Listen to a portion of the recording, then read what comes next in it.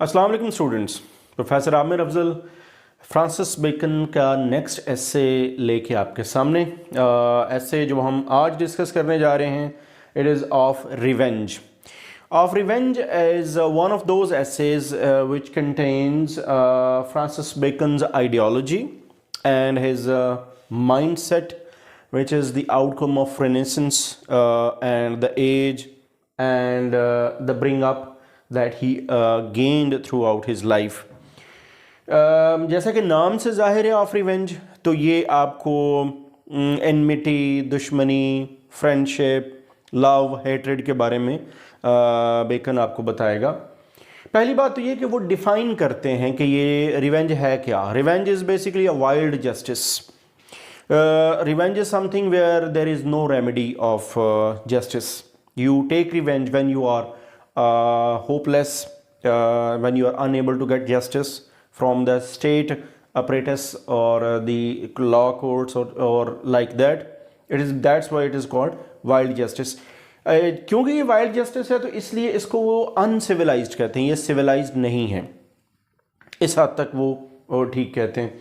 Revenge is uncivilised. बेहतर ये है जैसे कि नेक्स्ट पॉइंट लिखा हुआ, to forgive an enemy shows moral superiority. It is better to forgive someone. बेहतर है माफ़ कर दें. अकॉर्डिंग टू बेकन बेहतर आप माफ़ कर दें, लेकिन अगर आप रिवेंज लेना चाहते हैं तो आप रिवेंज लें.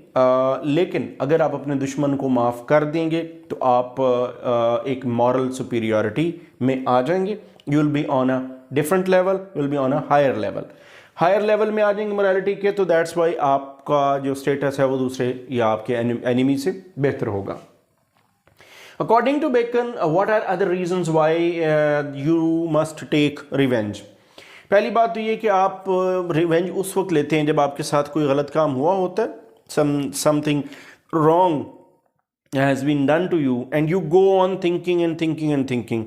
You consume yourself, you spend your energy, you spend your time, you spend your thinking, you use your imagination, you go on thinking. आपके पास एक कोई बुरा काम हुआ, आप हर वक्त यही सोचते रहते हैं कि मैंने अपने दुश्मन से इसका इंतकाम लेना है, मेरे साथ ज़्यादती हुई, मेरे साथ जुल्म हुआ है. तो एक रीज़न ये है जिसकी यानी लॉन्ग थिंकिंग एक रीज़न है जिसकी वजह से हम रिवेंज तक जाते हैं.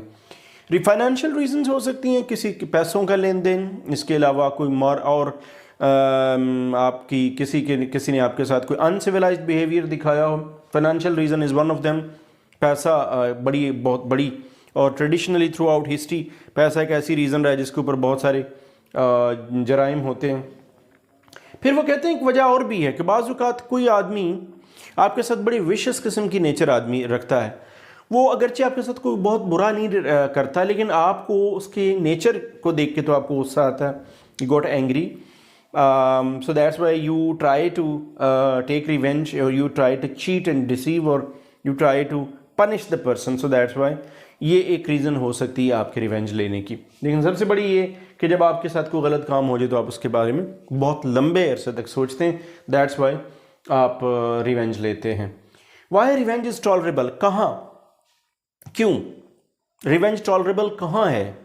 मसलन वैसे तो रिवेंज को कभी भी हिस्ट्री में या फ़िलासफ़ी में या मोरालिटी में या रिलीजियस टीचिंग्स में कभी भी कोई बहुत ज़्यादा सराहा नहीं गया, उसको अप्रिशिएट नहीं किया गया. कहाँ ये लिया जा सकता है या सोसाइटी इसको टॉलरेट कर, where there is no remedy for the wrong done. जब आपके पास आपको कानून इंसाफ नहीं देता, जब आपको मुल्की इन्वायरमेंट जो है वो कंड्यूसिव नहीं है, आपको वो इंसाफ नहीं देती, अदालतें काम नहीं करती, लॉ इन्फोर्समेंट एजेंसीज काम नहीं करती, तो then it becomes inevitable to take revenge from your enemy. और उससे भी वो एक कदम आगे जाते हैं कि while you are taking revenge, you are murdering someone, you are shooting someone, you are killing someone, you have to show your identity to your victim. आप उसको बताइए कि मैं कौन हूँ और मैं रिवेंज क्यों ले रहा हूँ. तो इससे आपकी सेटिस्फेक्शन होती है, at the emotional satisfaction. At the same time दूसरे को भी ये पता चलता है कि उससे रिवेंज किस बात का लिया जा रहा है. अगला पॉइंट बड़ा इंटरेस्टिंग है जो एटलीस्ट हमारी मोरालिटी में नहीं पाया जाता. That is revenge against a friend. हम हमेशा यही समझते आए हैं, you traditionally in our culture और in most of the cultures we have been listening, we have been thinking we are very emotional about our friendship, we are emotional and we are very sacrificial about our friends. हम गलती को भी P जाते हैं या हम उसको tolerate कर जाते हैं, but according to Bacon you must take revenge from your friend. और ये क्यों कहते हैं? वो कहते हैं कि कॉस्मस एक ड्यूक थे 16th सेंचुरी के, तो ये उनका ख्याल है कि अपने दोस्त से आपको लेना चाहिए रिवेंज। उसकी लेने की रीज़न वो ये बताते हैं कि फ्रेंड वो होता है जो आपके बारे में जानता है, वो आपके बारे में नॉलेज रखता है, वो आपका ट्रस्ट रखता है। So when he breaches your trust you must take revenge. उसको माफ़ नहीं करना।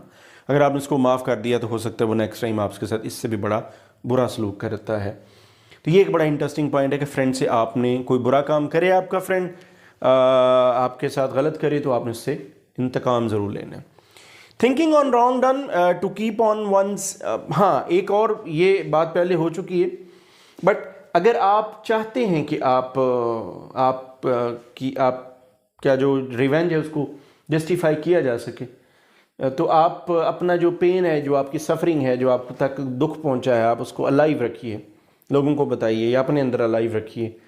You keep on thinking and thinking and thinking, और उसके बाद आप उसको प्लान करते रहते हैं हर वक्त, और आप लोगों के सामने भी जस्टिफाई करते हैं बार बार बात करके कि मैं ये काम मेरे साथ बुरा हुआ है, ताकि लोगों का माइंड बन जाए और आप रिवेंज लें तो लोग इस बात को फील ना करें। Last point, very important point, public and private revenge. Private revenge is on individual level. You are an individual, आप एक फ़र्द हैं, आपके साथ किसी ने कोई बुरा किया है, आपने उसको माफ़ करना है, नहीं करना तो आप रिवेंज लें, आप बदला लें, इंतकाम लें। एक कलेक्टिव लेवल होता है, that is on national level. Sometimes some nations they get humiliated by other nations, और your communities gets humiliated and tortured by some other community. कौमों के साथ होता है, सेकेंड वर्ल्ड वॉर में, फर्स्ट वर्ल्ड वॉर में जर्मनी के साथ हुआ।